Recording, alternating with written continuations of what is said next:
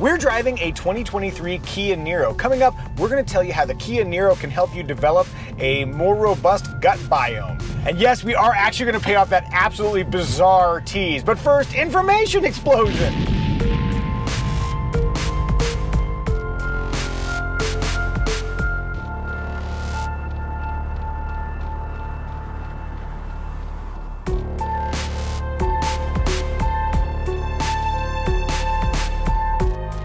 The Kia Niro is all new for 2023. This is its second generation. It is offered in three forms: a base hybrid, a plug-in hybrid like we're driving, and a full EV version. Let's begin with interior. I like that the interior looks kind of futuristic, but if you're not a fan of shiny black plastic and how it collects fingerprints and dust. But if you like fingerprints and dust, you're gonna love shiny black plastic, aka piano black. Yeah, it isn't all the places. That said, there is some appealing function in here. I really do like how you can tuck the cup holders away and make this interesting shaped bin here. You know, this is probably the quickest payoff, but we need to not leave that tease hanging out there too long. In the beginning of the video, we teased that the Niro would help you develop a healthier gut biome. Gut biome. It's really funny. We started weird and we got even more weird. Sweetie, how is the Niro helping you with your gut biome? I'm able to bring a little bowl of yogurt and fruit wherever I go. Yeah, boy, that wouldn't be possible in any other car. You got this little divider here too, which makes it an even bigger space, so you can really bring the yogurt.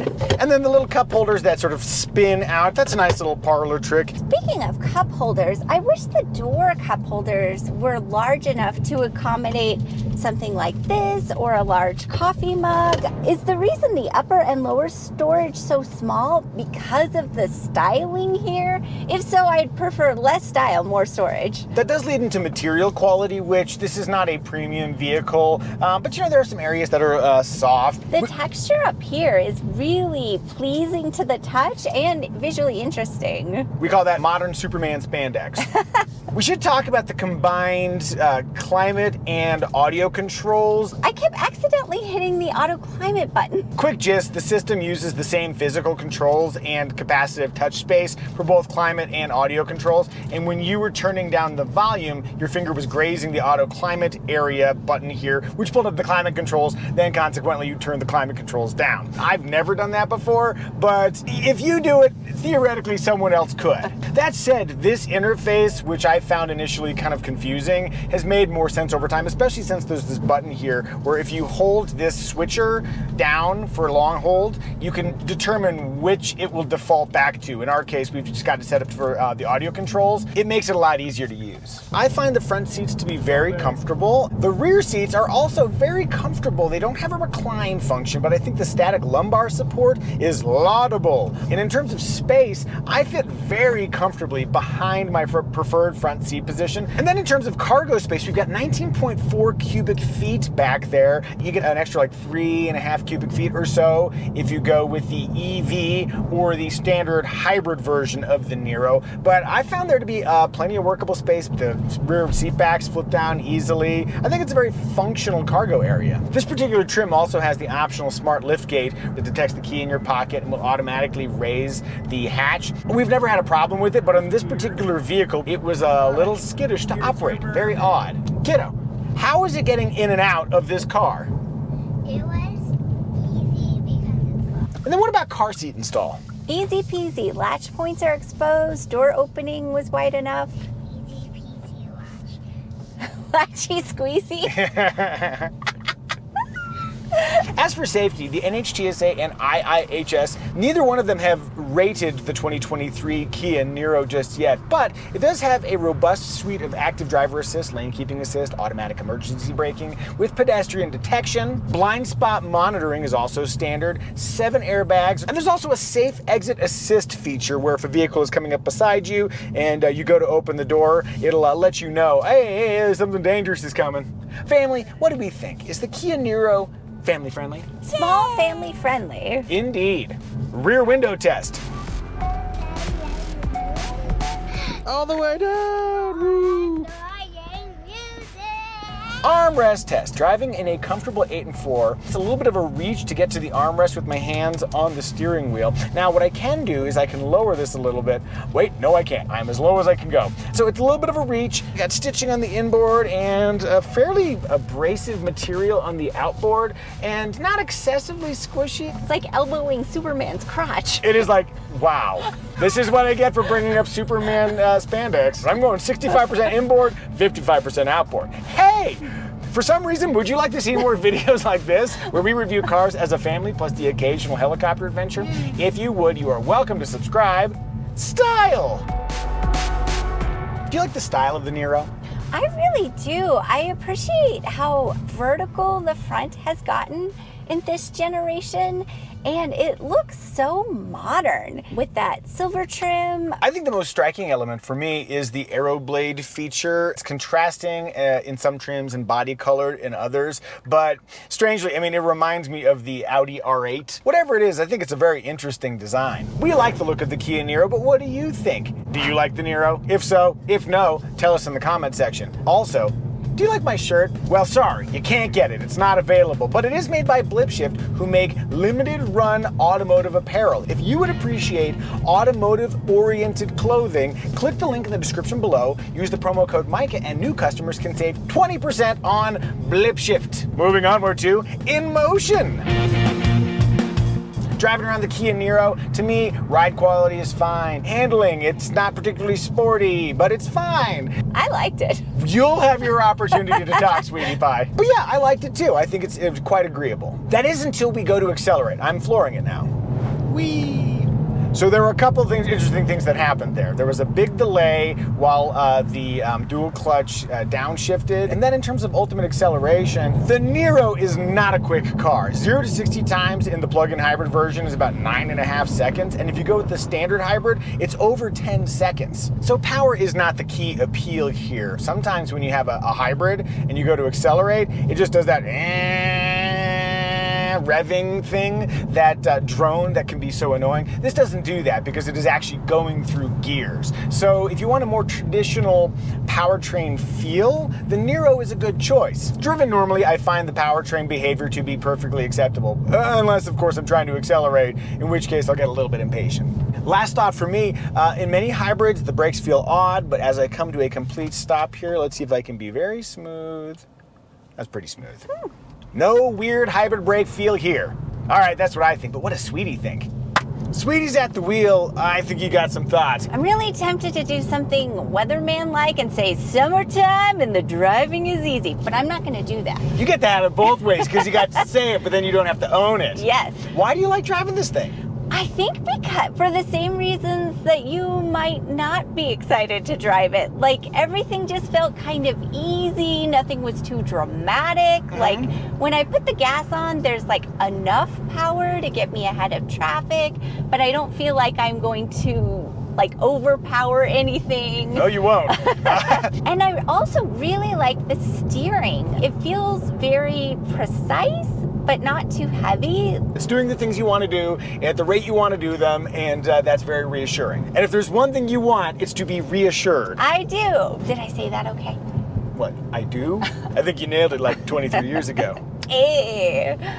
How's visibility for you? I'd be curious if that thick, is it even a C-pillar if it's that thick? Yeah, it's like a C plus D. It's a CD pillar. But over my left shoulder, I can actually see past the B-pillar. Now we're driving in the standard eco mode. This doesn't have normal mode, it's eco and sport. Do me a favor, hit the drive mode selector, and now we're in sport mode. Tell me, are you feeling sporty?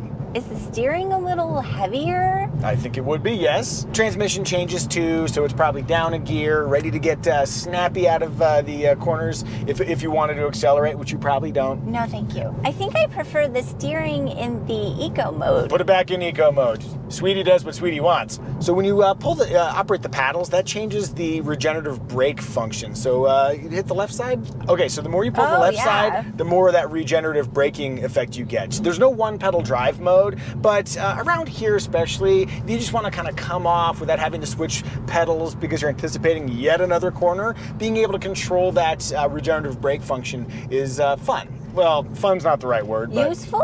useful. Overall, you feeling good driving the Niro? I am. Sweetie's feeling good. I'm getting back in the driver's seat. In total, I judge the Niro's driving behavior to be agreeable. Heading onward to emotion factor.